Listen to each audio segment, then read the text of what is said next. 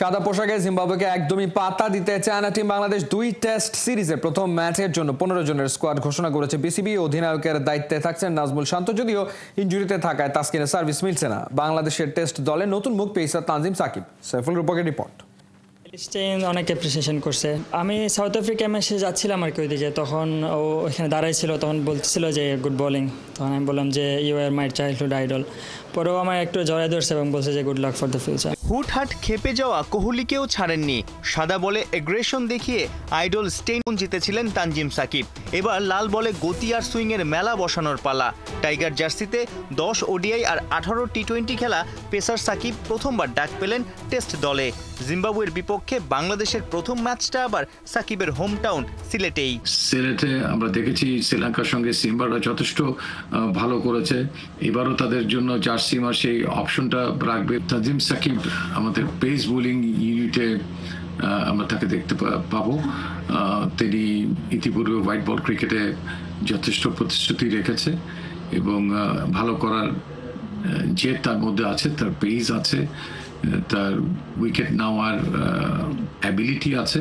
15 জন স্কোয়াডে 4 পেসার নাহিদ রানা, খালেদ আহমেদ, হাসান মাহমুদ ও তানজিম সাকিব। হয়তো ভাবছেন দেশ সেরা pacer A+ cricketer Taskin Ahmed কোথায়? ঈদের আগেও তো মোহামেডানের হয়ে ঢাকা প্রিমিয়ার লিগ খেলেছেন। মেডিকেল ডিপার্টমেন্ট বা ফিজিওথেরাপিস্টের কাছ থেকে প্রত্যেকেরই খেলোয়াড়ের সম্পর্কে একটা ফিডব্যাক নিয়ে থাকে। সারা বিশ্বে পেস বোলাররা কিছু না কিছু ইনজুরি ক্যারি করে এবং সেটা রিকভারের জন্য তাদেরকে সময়ও দিতে হয়। শেষ পর্যন্ত মেডিকেল ইউনিট থেকে তাসকিনের ব্যাপারে আমাদেরকে স্পষ্ট করে জানিয়ে দেওয়া হয়েছে যে এই সিরিজে তাকে যেন বিবেচনায় না রাখা হয়, কারণ সামনে আমাদের অনেক খেলা আছে। নতুন বছরের টেস্টের নেতা কে হচ্ছেন, শান্ত নাকি মিরাজ? এ নিয়ে আলোচনা ছিল তুঙ্গে। শান্তর অনুপস্থিতিতে গেল ডিসেম্বরে ক্যারিবিয়ানে মিরাজের কাপ্তানিতে 1 হার 1 জয় টেস্টে। যদিও গেল বছর পাকিস্তানকে ওদের মাঠে হোয়াইট ওয়াশ করা কাপ্তান নাজমুল শান্তর উপরই এবছরও ভরসা রেখেছে বাংলাদেশ ক্রিকেট বোর্ড। তুলনামূলক দুর্বল প্রতিপক্ষের বিপক্ষে কি ব্যাটের ঝলক দেখাতে পারবে বাংলার ব্যাটিং অর্ডার? 2024-এ ঘরের মাঠে খেলা 2 সিরিজের 4 টেস্টেই হেরেছিল বাংলাদেশ। আমাদের জন্য একটা বড় সুযোগ, স্পেশালি আমাদের ব্যাটসম্যানদের দিক থেকে। শ্রীলঙ্কার সঙ্গে আমরা মানে প্রতিটা ইনিংসে দেখেছি প্রথম 4-5টি উইকেট আমরা খুব অল্প রানে হারিয়ে ফেলেছি। সাউথ আফ্রিকার সঙ্গেও ঠিক যথেষ্ট উজ্জ্বল ছিল না। তো সেটাকে মেরামত করার জন্য আমাদের কাছ থেকে দলের কাছ থেকে আমাদের যে প্রত্যাশাটা থাকবে যে জিম্বাবুয়ে সিরিজে এই সমস্ত যে ভুল ত্রুটিগুলো আমরা করেছিলাম ব্যাটিং বোলিং অল অ্যাসপেক্টে, সেগুলোকে পুনরুদ্ধার করা, তাদের কনফিডেন্সটাকে রিবিল্ড করা। লিটন না থাকায় কিপিং গ্লাভস সামলাবেন মাহিদুল অঙ্কন। 20 এপ্রিল সিলেটে বাংলাদেশ জিম্বাবুয়ে প্রথম টেস্ট। সাইফুল রূপক, 71। প্রায় 4 মাস পর আবারও টেস্ট সিরিজে খেলবে টাইগাররা। বড় দুশ্চিন্তা ঠিকঠাক নেওয়া গেছে তো প্রস্তুতিটা? জিম্বাবুয়ের বিপক্ষে যদিও চ্যালেঞ্জ কম, তারপরও খেলাটা টেস্ট ফরম্যাটের বলেই যত শঙ্কা। প্রতিপক্ষ দুর্বল হলেও স্বাগতিকদের সতর্ক করলেন সাবেক নির্বাচক হান্নান সরকার। নাইয়ান বিন জসিমের রিপোর্ট। টেস্ট খেলাইলে খালি ছবি দিয়ে গেলাম। মজার ছলে রসিকতা করে বলা মুমিনুলের এই কথাটার ওজন একদম কমও না। টেস্ট সিরিজ আসলেই মুমিনুলদের দিকে ক্যামেরার ফোকাস। বাকি সময় শান্তরা যতটা আলোচনায় থাকেন ঠিক ততটাই পর্দার আড়ালে পড়ে থাকেন লাল বলের ক্রিকেটাররা। এবার প্রায় 4 মাস পর সাদা পোশাকের খেলা। দেশের সর্বোচ্চ টেস্ট সেঞ্চুরিয়ান মুমিনুল তাই আবারও আলোচনায়। ড্রাইভিং সিটে বসে দায়িত্ব নিয়ে ক্যাপ্টেন শান্তকে গন্তব্যে পৌঁছে দিচ্ছেন, ঠিক যেমনটা করে থাকেন ম্যাচে সাদা পোশাকে। গাড়ি স্টার্ট দিতে দিতে মজা করে আরও একবার মুমিনুল বললেন, সামনে টেস্ট ম্যাচ তো, তাই আমার দিকেই এখন ক্যামেরার লেন্স। শুনে মুচকি হাসছিলেন পেছনের সিটে বসা ক্যাপ্টেন। মুমিনুল একটু মজা করেই বলছিলেন, বাট হয়তোবা এটাই অনেক টেস্ট ক্রিকেটারের জন্য আক্ষেপ যে টেস্ট আসলে ফোকাসটা তাদের দিকে আসলে যায়। আদারওয়াইজ দেখা যায় আসলে তারা ফোকাসের বাইরেই থাকেন, লম্বা ব্রেকের পরে খেলেন, দেখা যায় লাল বলের সেই প্রস্তুতিটা হয় না। এবারও কিন্তু তার ব্যতিক্রম। আমরা প্রিমিয়ার লিগের খেলা খেলে তারপরে আসলে আমরা খেলছি জিম্বাবুয়ের বিপক্ষে 2টা টেস্ট। অবশ্যই লাল বলে খেলার আগে লাল বলের প্রিপারেশনটা হলে ভালো হয়। ফর এক্সাম্পল এখানে যদি এখন লং অভারেশন খেলে প্লেয়াররা যেতে পারতো সেটা ভালো হতো, বাট আপনি কীভাবে খেলাবেন? এখন প্রিমিয়ার লিগটা এখান থেকে সরানোটা একটু চ্যালেঞ্জিং হয়ে যায়। মুমিনুলকে টেস্ট ক্রিকেট আসলে আলাদাভাবে একটা ফোকাসে নিয়ে আসা হয়। আমার মনে হয় যে মমিনুল আসলে সেভাবে নিজেকে প্রমাণ করেছে টেস্ট ক্রিকেটে। ঠিক একইভাবে কিন্তু মমিনুল আপনি বলেন, তাইজুলের কথা বলেন, এরা ওয়ানডে ক্রিকেটে যে খারাপ খেলে সেটা আমি বলবো না, হোয়াইট বলেও ভালো খেলছে, প্রিমিয়ার লিগটাও ভালো খেলছে, বাট স্বাভাবিকভাবে টেস্টে তাদের আলাদা একটা মনোযোগ এবং চিন্তাভাবনা থাকে। সেই মনোযোগ বা চিন্তাভাবনাটা কিন্তু আমার সামনে আমি এবার দেখতে পাচ্ছি যে প্রতিফলনটা দেখা যাচ্ছে। যে দলটা খেলবে তাদের জন্য কোনো ধরনের আসলে চ্যালেঞ্জেস আপনি দেখেন কিনা? আপনি কাগজে কলমে বা প্রাথমিক একটা ধারণা থেকে ধরে নিতে পারেন যে আমরা এখানে ফেভারিট হিসেবেই খেলবো, এবং জিম্বাবুয়ের সঙ্গে মনে হয় আমরা তার বাইরে কিছু চিন্তাও করতে চাই না যে 2টা টেস্ট খেলবো, 2টা আমরা উইন করবো। আমাদের হোম অ্যাডভান্টেজের ব্যাপারটা তো সঙ্গে রয়েছেই, প্লেয়াররা টাচ আপে রয়েছে এবং আপনি দেখবেন প্লেয়াররা নিশ্চিতভাবেই কিন্তু রেড বলের চিন্তায়, যদিও প্রিমিয়ার লিগ চলছে, বাট আমার টিমেও কয়েকজন রয়েছে প্লেয়ার। অনেক প্লেয়ার আছে আপনার আমার টিমে আমি ধারণা করছি 3জন প্লেয়ার, শান্ত, মমিনুল এবং নাহিদ, 3জন হয়তো টেস্ট খেলতে যাবে ধারণা করা হচ্ছে। সেখান থেকে হয়তো বা তারাও কিন্তু রেড বলের চিন্তা মাথায় নিয়ে কিছুটা কাজকর্ম শুরু করেছে বা প্ল্যানিং করছে। ইনজুরিতে ছিটকে গেছেন তাসকিন। নাহিদ রানার জন্য জিম্বাবুয়ের পরীক্ষাটা তাই একটু কঠিন। তার দল আবাহনী যখন সাদা বলে প্র্যাকটিসে, নাহিদ রানা তখন মনোযোগী তালহা জুবায়েরের স্পেশাল ক্লাসে লাল বলে। পিএসএল না খেলে খেলবেন টেস্ট সিরিজে, তবে ছুটি পেয়ে পিএসএল খেলতে লিটন উড়ে গেছেন পাকিস্তানে। আপনি যদি লিটন একটা স্পেসিফিক বলেন, আমার মনে হয় যে যেই সিদ্ধান্তটা নেওয়া হয়েছে পিএসএল ক্লিয়ারেন্সের ব্যাপারে, এই ধরনের সিচুয়েশন আসলে আমার মনে হয় যে এই ধরনের পজিটিভ চিন্তা করা উচিত। কারণ আপনি Liton for example West Indies সিরিজে ছিল, কিন্তু আপনি দেখবেন যে এর আগে আমাদের শান্ত ওই সিরিজে ছিল না, মমিনুল ছিল না ওয়েস্ট ইন্ডিজ সিরিজে। এরকম ঘটনা হতে পারে, কোনো কারণে লিটন হয়তো কোনো ম্যাচে নাও খেলতে পারে। সেইখানে আমাদের নেক্সট কিপার বা ব্যাটসম্যান কে হতে পারে সেই চিন্তাটা কিন্তু এখন থেকে করার সুযোগ রয়েছে, যখন আপনি দল জিম্বাবুয়ের সঙ্গে খেলবেন। আপনি এটা নিশ্চিতভাবে ইন্ডিয়ার সঙ্গে খেললে হয়তো এভাবে চিন্তা করতেন না। সিরিজের প্রথম টেস্ট সিলেটে, যেই ভেন্যুর অভিষেক টেস্টেই টাইগাররা লিখে রেখেছিল দুঃসহ এক স্মৃতি। এই জিম্বাবুয়ের বিপক্ষে তখনকার বাংলাদেশ টেস্টে হারে 4 দিনেই। কোনো ইন্টারন্যাশনাল ম্যাচকে হালকাভাবে নিতে পারবেন না। আপনি আসলে টেস্টে তো আরও বেশি না, বিকজ আপনি ফর এক্সাম্পল আমাদের ব্যাটিংয়ে যদি কলাপস করে, একটা সেশনে যদি আমরা ফেল করি, 4-5টা উইকেট পড়ে যায়, সেটা কিন্তু অলওয়েজ ব্যাকফুটে ঠেলে দেয়। সেই ধরনের চিন্তা তো করাই যায় না। সো হালকাভাবে নেওয়ার সুযোগ নেই, প্লেয়াররাও হালকাভাবে নিচ্ছে না। দিন শেষে প্লেয়াররাও কিন্তু তাদের বেস্ট পারফরমেন্সটা করার চিন্তা করছে। এবং আরেকটা জিনিস আপনি লক্ষণীয়, এই বছর কিন্তু অপেক্ষাকৃত টেস্ট একটু কম। মানে গত বছর আমরা 10টা টেস্ট খেলেছি, এই বছর আমরা 6টা টেস্ট খেলার সুযোগ পাচ্ছি এবং বেশ গ্যাপ দিয়ে। তো সেখান থেকে আপনাকে নিজেকে বেস্ট প্রমাণ করার সুযোগটাও কিন্তু নিজেকে করে রাখতে হবে, যেন নেক্সট আবার টেস্ট যখন আসবে সেই জায়গাটা যেন প্রায়োরিটিটা সেভাবে তাকে দেওয়া হয়। ছুটি কাটিয়ে ঢাকায় ফিরতে শুরু করেছেন কোচিং স্টাফের সদস্যরা। 12 এপ্রিল থেকে সিলেটে জাতীয় দলের ক্যাম্প শুরু হবার কথা। নাহিয়ান বিন জসিম, 71।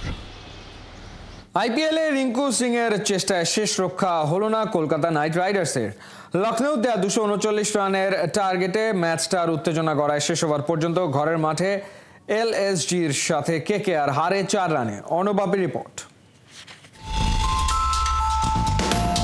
কলকাতা শহর জুড়ে গরম চরমে, তার মধ্যে আইপিএলের উত্তাপ।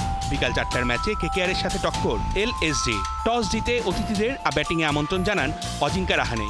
ওদের দলে একটাই পরিবর্তন, এই ম্যাচে মঈন আলীর জায়গায় খেলছেন স্পেন্সার জনসন। ব্যাট হাতে দারুণ শুরু লখনৌর। পাওয়ার প্লেতে কোনো উইকেট না হারিয়ে স্কোরবোর্ডে 59 রান। 11তম ওভারে এসে কলকাতাকে ব্রেক থ্রু এনে দেন হর্ষিত রানা। 28 বলে 47 রান করে ফিরতে হলো মার্করামকে। 4টা 4 আর 2টা ছক্কা হাঁকান এই ব্যাটার। এলএসজি টপ 3 3জনই ফরেন রিক্রুট। দারুণ ছন্দে ওরা। মিচেল মার্শের সাথে নিকোলাস পুরানের জুটিও জমে ওঠে। 36 বলে 50 তুলে নেন মার্শ। 16তম ওভারে আন্ডে রাসেলের বলে কাটা পড়ার আগে খেলেন 48 বলে 81 রানের দুর্দান্ত ইনিংস। বাকিটা সামলে নেন নিকোলাস পুরান। ওর সামনে কলকাতার বোলাররা হয়েছেন দিশেহারা।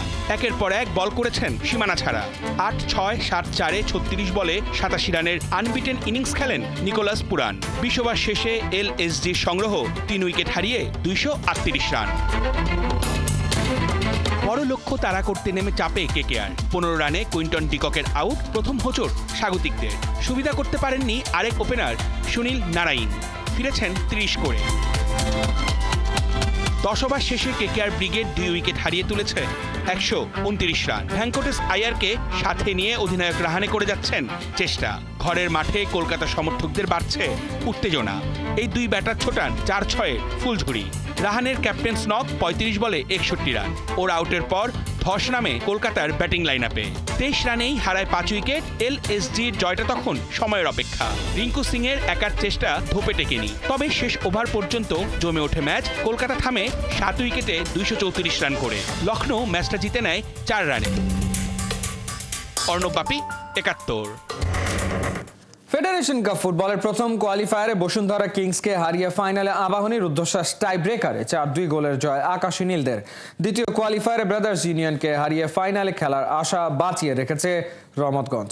কুমিল্লার ভাষা সৈনিক শহীদ ধীরেন্দ্রনাথ দত্ত স্টেডিয়ামে ফাইনালে ওঠার লড়াইয়ে মুখোমুখি হয় বসুন্ধরা কিংস ও আবাহনী। ৪২তম মিনিটে ফাহিমকে ফাউল করে দ্বিতীয় হলুদ কার্ড দেখেন আবাহনীর বাবলু। ১০ জনের দলে পরিণত হয় আকাশী নীলরা। ৫৭তম মিনিটে ভাঙে ডেডলক।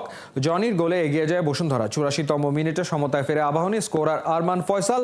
নির্ধারিত সময়ের খেলা শেষ হয় ১-১ সমতায়। অতিরিক্ত ৩০ মিনিটেও কোনো দল গোল করতে পারেনি। টাইব্রেকারে আবাহনী জয়। ফাইনালে আকাশী নীলদের প্রতিপক্ষ কে হবে জানা যাবে ১৫ April.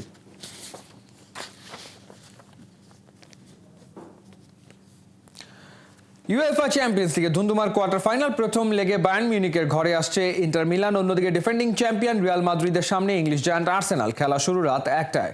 Kohinoor corner preview report. কিছু কিছু রাত এমনও হয় যা মনে পড়লে গা শিউরে ওঠে, ভুলে যেতে ইচ্ছে করে। খোদ সান্তিয়াগো বার্নাব্যু রিয়ালের জন্য লিখেছে তেমনই এক দুঃস্বপ্নের রাত। ভিনির পেনাল্টি মিস। ২০০৮ সালের পর প্রথমবার নিজ ঘরে ভ্যালেন্সিয়ার বিপক্ষে হার। রিয়ালের আনরিয়াল পারফরম্যান্স। ঘরের মাঠে লা লিগায় ম্যাচ হারের ক্ষত না ভুলতে এবারে ডিফেন্ডিং চ্যাম্পিয়ন রিয়ালের সামনে চ্যাম্পিয়ন্স লিগের চ্যালেঞ্জ। কোয়ার্টার ফাইনালে প্রথম লেগে ১৫ বারের চ্যাম্পিয়নদের হোস্ট করবে ইংলিশ জায়ান্ট আর্সেনাল। ইউসিএল হিস্ট্রিতে এই নিয়ে ৩ নম্বর ফেস অফের রিয়াল আর আর্সেনাল। ২০০৬ সালে প্রথমবার লড়েছিল এই দুই দল। সেবার প্রথম লেগে রিয়ালের মাটি থেকে জয় নিয়ে ফিরেছিল গানাররা। পরিসংখ্যান বলছে ইউসিএলে ইংলিশ দলটাকে কখনোই হারাতে পারেনি লস ব্লাঙ্কোস। একই সাথে আর্সেনালের বিপক্ষে কখনো গোল করতে পারেনি কার্লো আনচেলত্তির শিষ্যরা। এই যখন হাল, তখন স্ট্রাইকারদের নিয়েও অস্বস্তিতে রিয়াল শিবির। জরিমানা দিয়ে কোনো মতে নিষেধাজ্ঞা থেকে রেহাই পেয়েছেন ভিনি এমবাপেরা। ২০১৭-১৮ মৌসুমের পর ইংলিশ সাইডের বিপক্ষে নকআউট স্টেজে ২২ ম্যাচ খেলে রিয়াল জিতেছে ১১ ম্যাচ, হেরেছে ৬ ম্যাচ। শেষ ৩ সিজনে হারিয়েছে লিভারপুল, চেলসি আর ম্যান সিটিকে। শেষ ৫ ম্যাচের পারফরম্যান্সে সব মিলে খানিকটা ভালো অবস্থানে রিয়াল মাদ্রিদ। ৩ জয়ের বিপরীতে হেরেছে কেবল ১ ম্যাচ। এদিকে শেষ ৫ ম্যাচে আনবিটেন আর্সেনাল জয় পেয়েছে ২ ম্যাচে, ড্র করেছে বাকি ৩টাতে। ইউসিএলের চলতি সিজনে ঘরের মাঠে আনবিটেন গানাররা। আর্সেনালের বিপক্ষে সবচেয়ে বড় স্বস্তি নিয়ে গোলবারের নিচে ফিরছেন থিবো কোর্তোয়া। চুয়ামেনি না থাকায় লুকা মদ্রিচের সাথে জুটি করতে যাচ্ছেন কামাভিঙ্গা। ৪-২-৩-১ সম্ভাব্য ফরমেশনে ফ্রন্ট লাইনে যথারীতি আনচেলত্তির ভরসা রদ্রিগো, বেলিংহাম, ভিনি আর এমবাপে। অ্যাটিটিউড আর সাহসিতা কি রিয়ালের সফলতার মূল মন্ত্র? চ্যাম্পিয়ন্স লিগের কিং রিয়াল মাদ্রিদ নাকি আর্তেতার আর্সেনাল? কার জয় লিখবে এমিরেটস স্টেডিয়াম? কোহিনুর কণা, ৭১।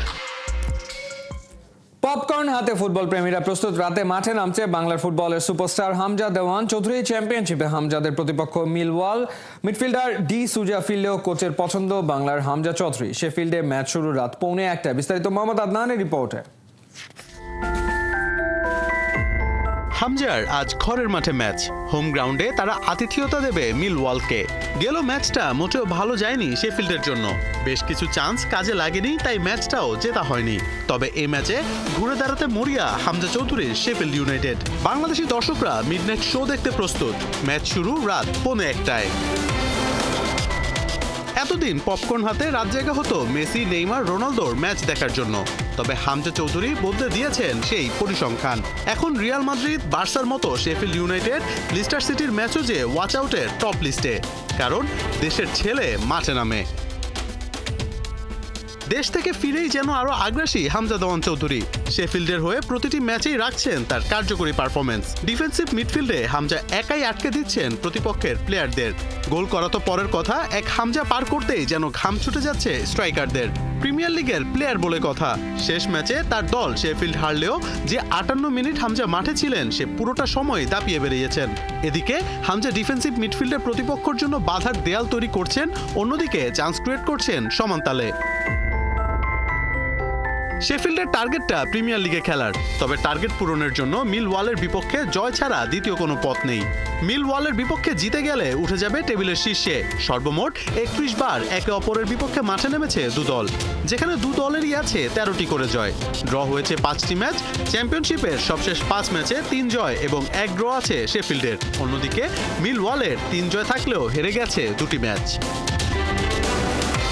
মজার ব্যাপার, শেফিল্ডের inform midfielder Vinicius de Souza injury কাটিয়ে ফিরলেও কোচের প্রথম পছন্দ হামজা চৌধুরী। কারণ হামজা যে একাই সামলাচ্ছেন মিডফিল্ড, সাথে কড়া সাপোর্ট দিচ্ছেন ডিফেন্ডার এবং স্ট্রাইকারদেরও। সব মিলিয়ে হামজা দেওয়ান চৌধুরী এক মিস্ট্রি বক্স। ভক্তরা অপেক্ষায় সেই মিস্ট্রি বক্স থেকে আজ নতুন ম্যাজিক দেখার। মোহাম্মদ আদনান, ৭১। বলের ওপর দাঁড়ালে হলুদ কার্ড দেখাতে বলেছে ব্রাজিল। লাতিন ফুটবলের নিয়ন্ত্রক সংস্থা কনমেবলের পরামর্শ মেনে রেফারিদের এই নির্দেশনা দিয়েছে ব্রাজিল ফুটবল কনফেডারেশন CBF। কর্নারের কাছাকাছি জায়গায় শট না নিয়ে হঠাৎ বলের ওপর দাঁড়িয়ে গেলেন মেমফিস ডিপেই। প্রতিপক্ষের 2 ডিফেন্ডারের চ্যালেঞ্জের মুখে নিয়ন্ত্রণ হারিয়ে ফেলেন করিন্থিয়ান্স ফরওয়ার্ড। বল চলে গেল মাঠের বাইরে। মেমফিসের এই কাণ্ডে ধাক্কাধাক্কিতে জড়িয়ে পড়লেন 2 দলের খেলোয়াড়রা। প্রায় হাতাহাতির উপক্রম হলো।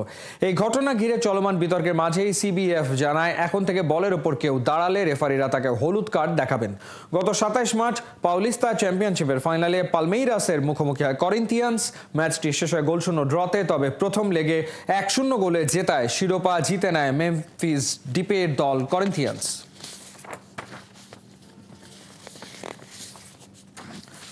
এই ছিল এখনকার খেলাযোগে। সরাসরি সংবাদ অনুষ্ঠান দেখতে চোখ রাখুন ৭১ ফেসবুক পেজ এবং সাবস্ক্রাইব করুন ৭১ ইউটিউব চ্যানেল। ৭১-এর সাথেই থাকুন।